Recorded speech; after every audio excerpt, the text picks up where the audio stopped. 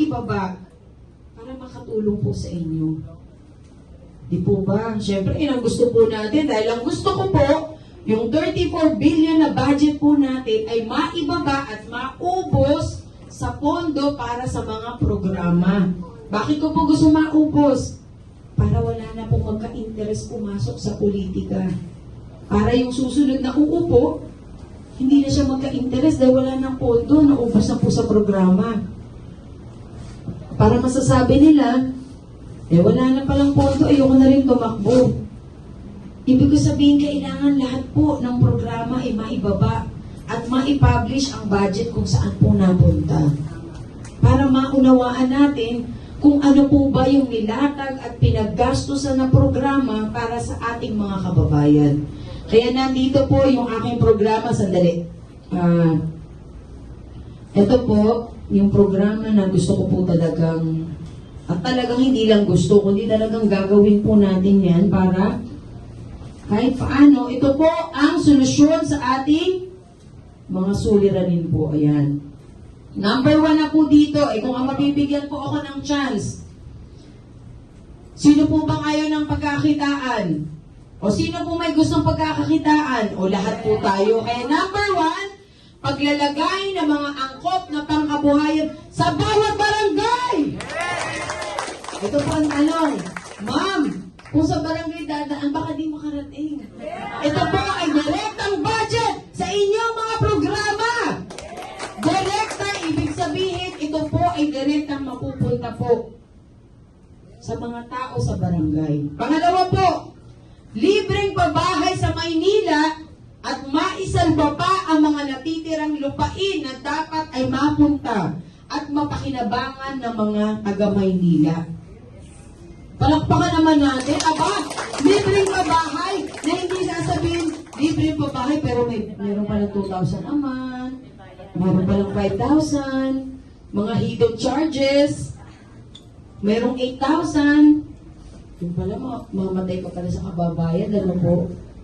Dapat yung natitirang lupain po natin at yung mga lupa na kinatatayuan ng inyong mga tahanan ay magkaroon na po ng titulo. Kaya lamang, lalagyan po natin ng restriksyon na hindi po ito pwedeng maibenta at hindi pwedeng maisangla para hanggang sa apo ninyo ay mayroon silang tirahan. Tama po ba? Yes! Pangatlo, dagdag benepisyo sa mga senior citizen na 2,000 kada buwan! Hindi lamang 500 na pinangako sa atin noon na magiging 800. Kung hindi, 2,000 kada buwan para sa mga senior citizen. Parang gusto ko na rin mag-senior, may 2,000 a month, bongga! Yeah! Siyempre po, pang-apat, libreng gamot sa mga senior citizen at may sakit. At masiguro na lahat ng barangay sa buong Maynila ay magkaroon ng barangay health center!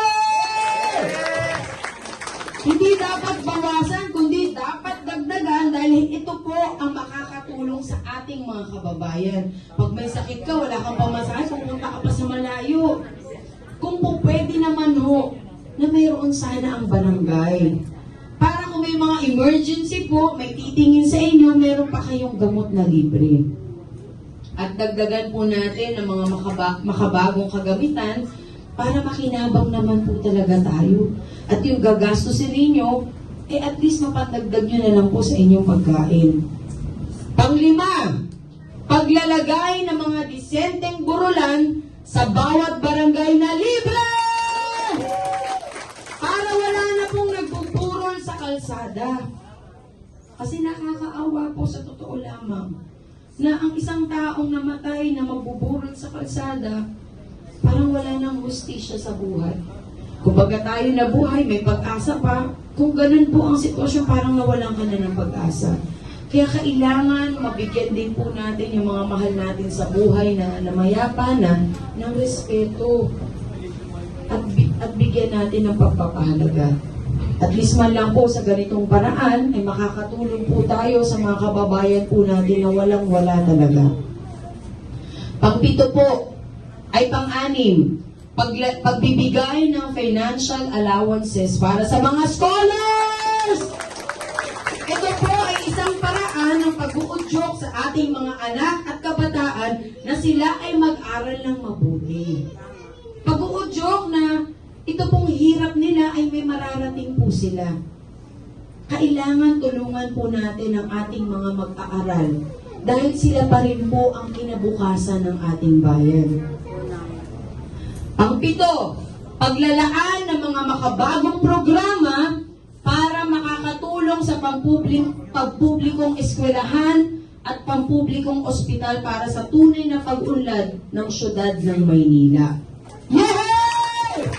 Kung meron kang ospital, wala namang programa. May public schools, wala namang programa. Kailangan tayo po ay magkaroon ng programa na makakatulong po sa ating mga kababayan, lalo na sa may sakit na kailangan may kagamitan sa ospital. Kailangan mayroong mga gamot at mga doktor na aatin talaga. Sa mga eskwelahan naman, yung mga makabagong kagamitan na pwedeng gamitin po ng mga estudyante na magagamit nila sa kanilang pag-aaral. Yes, yes! Ang ganda na sinabi ni nanay, pagkatapos kong sabihin niya, dapat talaga manalo kayo, ma'am. At ang pang-8 po, libreng wifi para sa mga mag-aaral. Aba, syempre naman, kahit na sabihin po natin wifi lamang yan, ang anak nyo, Mami, kailangan ko ng 20 pesos, walang internet. Mami, 30 pesos, kasi may assignment ako.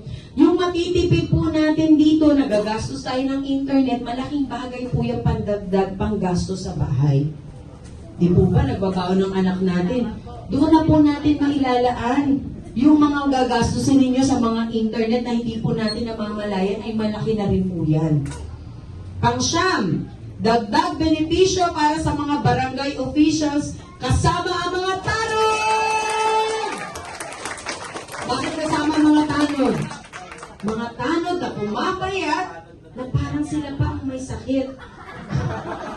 Sa totoo lamang, kasi po ako ay bumababa sa mga burol po sa mga barangay. Meron po lumapit sa aking lalaki na, patanda, ma'am, ako po yung tanod. Ay, sabi ko, akala ko may sakit na malapit sa akin. Yung pala barangay tanod. Ibig ko sabihin, dahil po, wala man lang silang budget. Wala po silang pambiling pagkain, wala man lang, kahit man lang na makakatulong po sa pamilya habang sila po ay nagtatanod sa barangay. At least siguro po, kung meron na silang allowance, di po ba, lalakas na kayo, meron na akong budget, meron na akong pangkain, meron na akong pambili ng t-shirt, meron na akong pangkape. Iba pa rin po yung mararamdaman ninyo bilang ito po ay reward sa paghihirap at pagbibigay lingkod ninyo sa barangay. Aba, sasabihin na ni tatay, o sino ba nanggugulo dito? Ako macho ko, malakas ako ngayon, kumain ako. May vitamina ako ngayon. Di mo ba? Eh, yung mga tanod po natin, napansin ko, naaawa ako. Dala-dala yung, ang tawag ba po doon? Batuta. Nakabagsak eh. Nakabagsak parang, siya pa mauunahan, siya pa mauna eh. Siya pa mauunang mawala eh. Bago mahampa siguro. Hinang-hina, sandali, kasi medyo may rayuan na ako, di pa ako nakainom ng gamot. Totoo po yan, di ba tayo? Ako marami po ako na-encounter ng mga tanod. Sabi ko nga po, tayo pwede mo ba umuwi na lang kaya kayo, bigyan mo na lang kayo pagkain ngayong araw. Hindi ako pwede kasi kawawa yung barangay namin eh. Gusto ko sabihin, mas kawawa po kayo. Ako na po kayo. Yun po talaga ang napansin ko. Kaya kailangan kasama po yung mga tanod na magbe-benepisyo po, na magkaroon kayo ng allowance at mga benepisyo, ano po. Pang-10, aba ito naman, para sa mga ex-chairman na nagretiro na sila po ay mabigyan naman ng item o pagkakakitaan kung sila po ay natapos na sa kanilang panunungkulan. O wag po kayo magagalit sa mga chairman ninyo. Siyempre, ang mga chairman kagawad po ay naglingkod pa rin sa ating barangay. Sila po ay nagbigay pa rin ng buong lakas para tayo po ay mabigyan ng seguridad. At least man lang po, ito po yung reward ng pagtatrabaho nila na kahit wala na po sila sa barangay, ay meron pa silang pagkakakitaan. Hindi yung porket nawala na si chairman sa posisyon at kagawad, sasabihin na lang, ako na lang magbabantay dito, ako na magtatanong. Naging kawawa na si chairman. Naging kawawa na si kagawad kasi ang pakiramdam niya, parang hindi na siya kailangan sa barangay. So yung paghihirap na ibinigay po niya para maglingkod, parang nasayang lang kasi yung pakiramdam niya, parang wala naman palang nagmalasakit sa akin. Dito po, may paparamdam natin sa kanila na ang paglilingkod po at pagbibigay ng reward sa kanila ay habang buhay dahil sa kanilang ibinigay ng oras at paghihirap. So, meron po ako pang 11 at 12 po, ang dami. Aba, syempre, 31 billion yan, ha? Marami pa yan, marami pa po yan. Ayan. Sa baba, ay karugtong yata nun. Ayan, nasa dali po, nalibalo. Mukhang may dumating na alien. Hindi, ayun. Sa baba lang. So, yung pang 11 ko po, aba, syempre, alam ko na po ang pakiramdam ng ating mga kababayan na aking nadaraanan araw-araw. Ito po, pang number 11, pagbibigay ng maayos na pwesto o lugar para sa ating mga vendors upang sila ay makapaghanap buhay ng maayos. Aminin na po natin na ang ating mga vendors ay malaking bagay po para sa ating komunidad. Lalo na noong panahon ng pandemic, yung mga takot mamalengke, pumunta sa malayo, yung mga vendors ko na nasa paligid ng inyong barangay, ang siyang nakakatulong po talaga sa atin. Kaya marapat lamang nabigyan po sila ng maayos na lugar, nakikita po sila ng maayos, hindi po yung nawawalan pa sila ng karapatan, nawawalan pa sila ng hanap buhay. Samantalang ang pagiging vendors ay napakahirap. Marangal na trabaho, at the same time talagang every centavos na kinikita ay pinaghihirapan mo. Kaya palakpakan natin yung ating mga vendors po. Number 12, pagbibigay ng tamang terminal para sa ating mga driver ng jeep, tricycle at pedicabs. Para kahit paano, meron po kayong sariling terminal na hindi na po kayo huhulihin, mauna pa yung huli bago sa kita. 1,500. Eh, Diyos ko naman, parang gusto mo na kainin yung sidecar mo, tricycle mo. 1,500 pala halaga nito, makain ko na nga lang, baka mabusog pa ako. Ibig ko sabihin, ang mga katulad po ng mga kababayan natin na ganun po ang hanap buhay, hindi po natin kailangan pahirapan. Kung hindi kailangan, tulungan po natin para sila po ay mailagay ng maayos. Sino po ba yung mga nagdadrive ng tricycle dito, jeep or pedicab? Kayo. Pero ang dami po natin mga kababayan, ha? Ano po? Kasi ako malapit po ako sa mga sidecar, sa mga tricycle dahil unang-una po sa San Andres Bukid, talagang kaliwat kanan po dyan, may sidecar, may tricycle. So pag nakikita po nila ako, kahit ayoko sumasakay ako para lang kumita na po yung tricycle tsaka sidecar. Kaya mahal po ako ng mga sidecar tsaka tricycle sa San Andres. Kaya magugulat po yung mga kaibigan ko na iba na pag pumupunta ng San Andres, grabe to si Mara, pati yung sidecar kaibigan. Pati sa palengke, yung nagka-tricycle. Kasi po, ang pagmamahal kasi sa kapwa ay hindi po pinipili. Ako po palagi kong pamantayan sa buhay, ay kailangan magkaroon ng mababang loob. Kailangan ang paa mo ay laging nakatungtong sa lupa. Kasi kung hindi po natin gagawin, hindi po natin mararamdaman ng ibang tao. Kaya siguro marahil ako po ay malapit sa kanila sapagkat ang aking puso po ay binababa ko sa kanila. Sa totoo lamang, nung nalaman po nila na ako po ay aktibong tumutulong, tuwing makikita po nila ako sa Onyx, sinasamahan po nila talaga ako. May one time pa po nung namalengke ako sa Dagonoy Market, sabi ng sidecar, ma'am, pag nanakaw yun ay nakatayo doon. Ay, saan? Sabi ko, nakakatakot naman yan. Hold up yun, ma'am, pero gugulpihin ko na ngayon bago ka bumaba. Yun ang kagandahan kasi mga kaibigan ko, mga siga rin po ng kalsada, no po. Sabi ko, huwag mo nang gulpihin, bigyan na lang natin ng pera. So, ganun po ang pagpapakita talaga ng pagiging tunay na tao, ano po. Hindi ka lalaban dahil gusto mong magkaroon ng kaaway, kundi yung laban po na kailangan puso sa puso po, mahalin mo yung kapwa mo. Kasi wala naman po makakaunawa sa kanila, kundi tayo rin po talaga. Kaya palakpakan naman po natin yung ating mga programa. Alam po ninyo, magiging honest lang po ako sa inyo. Mahirap po pasukin ang politika.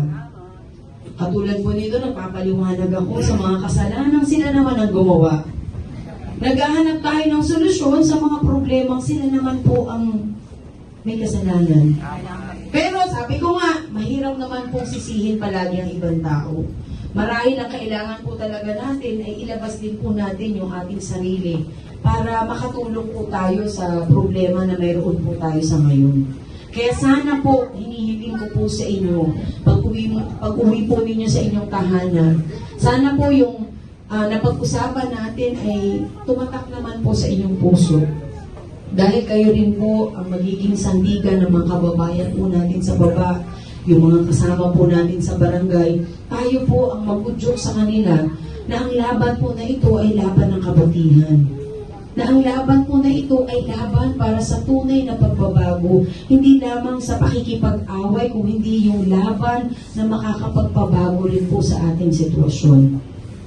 Naniniwala po ba kayo na maaaring matupad ang lahat ng ito nang hindi po tayo nagkahawak ng itak o ng anumang sandata na makakasakit po tayo? Kung hindi, pwede naman po tayong lumaban ng maayos, pero gamitin po natin ito sa tamang oras.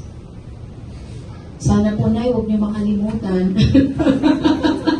na opo, maraming salamat. Thank you so much. Sabi nga nila, super mana ang mundo. Hindi po ako nagbansag niyan kung hindi ang mga senior citizen po na aking natulungan sa karamihan pong lugar. Karamihan po sinasabi ng mga senior, siguro nakikita rin po nila yung aking paghihirap. Mga parang ang superhero, di ka napapagod. Doon po lumabas sa kanilang bibig yung salitang superhero. Kasi nga po, kahit wala na po akong boses, kahit na pagod po ako, pero sabi ko nga, pagkaharap ko ang mga senior citizen, wala po akong karapatang mapagod.